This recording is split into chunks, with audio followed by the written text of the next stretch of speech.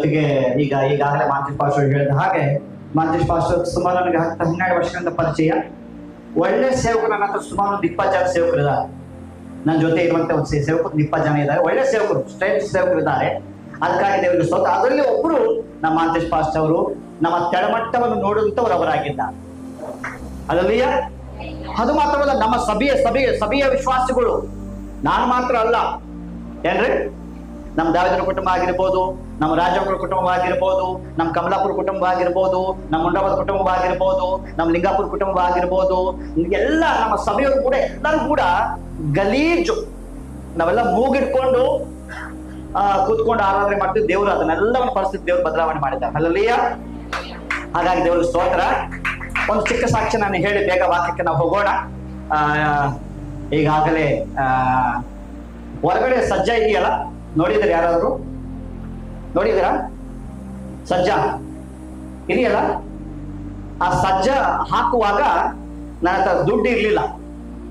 ಒಬ್ಬನ ಕರೆದು ಪಾಸ್ಟಮರ್ ತಾಳಿ ಹಾಗೂ ಬೆಂಡದೆಲ್ಲ ಕೈ ಕೊಟ್ಟೆ, ಇದನ್ನ ಮಾರಿ ಸಜ್ಜ ಹಾಕ್ಲಿಕ್ಕೆ ನಾನು ತಂದು ಕೊಡ್ರಿ ಅಂತ ಒಬ್ರಿಗೆ ಕೇಳಿದ್ದೆ ನಾನು.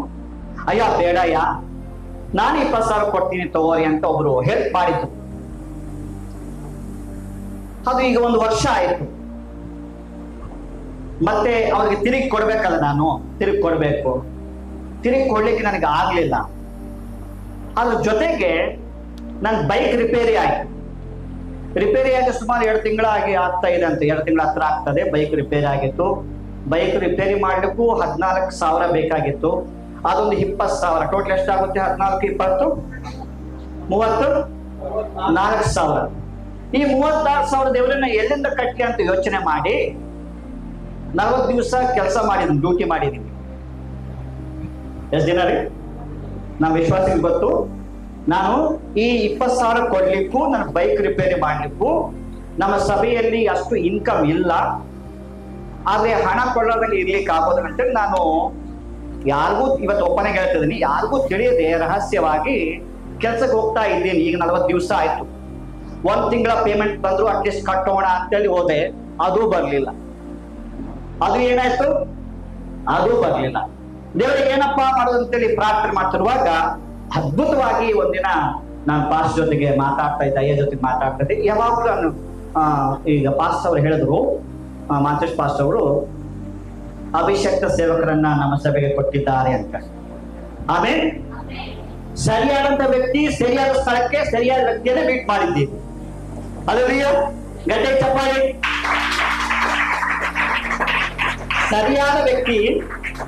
ಸರಿಯಾದ ವ್ಯಕ್ತಿಯನ್ನೇ ದೇವರು ಮೀಟ್ ಮಾಡಿಸಿದ್ದಾರೆ. ಅವ್ರ ಜೊತೆಗೆ ಮಾತಾಡ್ತಾ ಇದ್ದೆ, ಅಯ್ಯ ಈ ತರ ಬೈಕ್ ಪ್ರಾಬ್ಲಮ್ ಇದೆ ಅಂತ ನಾನು ಹೇಳುವಾಗ ದೇವರು ಅದ್ಭುತ ಮಾಡುತ್ತಾನೆ ಅಂತ ಅವ್ರು ಹೇಳೋದು ಅಷ್ಟೇ.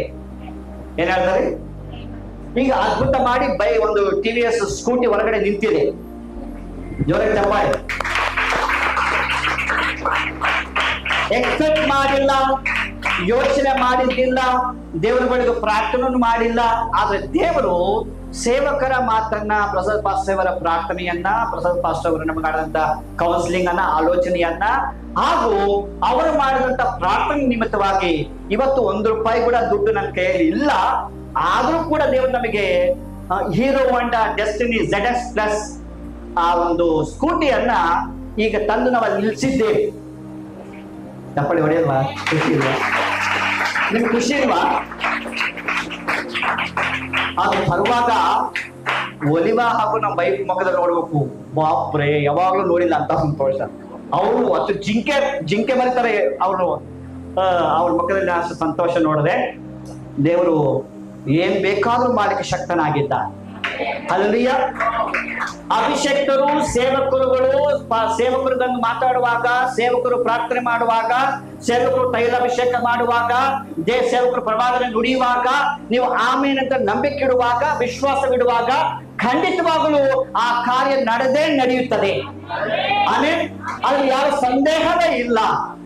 ಈಗ ದೇವರು ಬೈಕ್ ಪ್ರಾಬ್ಲಮ್ ಸಾಲ್ವ್ ಮಾಡಿದ್ದಾನೆ. ಒಂದೊಂದು 20,000 ರೂಪಾಯಿ ಪ್ರಾಬ್ಲಮ್ ಸಾಲ್ವ್ ಮಾಡ್ಬೇಕು. ದೇವರು ಮಾಡುತ್ತಾನೆ. ಆಮೇಲೆ ಆದ್ರೆ ನಾನ್ ಡ್ಯೂಟಿಗೆ ಹೋಗಿದ್ದು ದುಡ್ಡು ಬರಲಿಲ್ಲ. ಕಾಂಟ್ರಾಕ್ಟರ್ ಏನಾಯ್ತು, ನಾನ್ ಹೋಗಿದ್ದು ತಪ್ಪೇನು ಗೊತ್ತಿಲ್ಲ. ಪಾಪ 2 ತಿಂಗಳ ಬಿಲ್ಲೇ ಆಗಿಲ್ಲ. ಕೂಡ ದೇವರು ಶಕ್ತನಾಗಿದ್ದ. ಹಲ್ಲೆಲೂಯ. ದೇವರು ಗಾಳಿ ವಿಷಯದಲ್ಲಿ ದೊಡ್ಡ ದೊಡ್ಡ ಅದ್ಭುತ ಮಾಡಿದ್ದಾರೆ. ಹಾಗಾಗಿ ದೇವರು ನಿಮಗೂ ಅದ್ಭುತ ಮಾಡ್ತಾರೆ. ಹಲ್ಲೆಲೂಯ. ಈ ಚಿಕ್ಕ ಸಾಕ್ಷಿಯನ್ನು ದೇವರು ನಿಮ್ಮನ್ನ ಆಶೀರ್ವಾದ ಮಾಡಿ ಒಂದು ನಾನು ವಿಜ್ಞಾಪನೆ ಮಾಡ್ಕೊಳ್ತಿದ್ದೇನೆ. ಇನ್ಯಾರಿಗೂ ಸಾಕ್ಷಿ ಇದೆಯಾ? ಇಲ್ವಾ? ಸರಿ, చెప్తారా? ఉందా?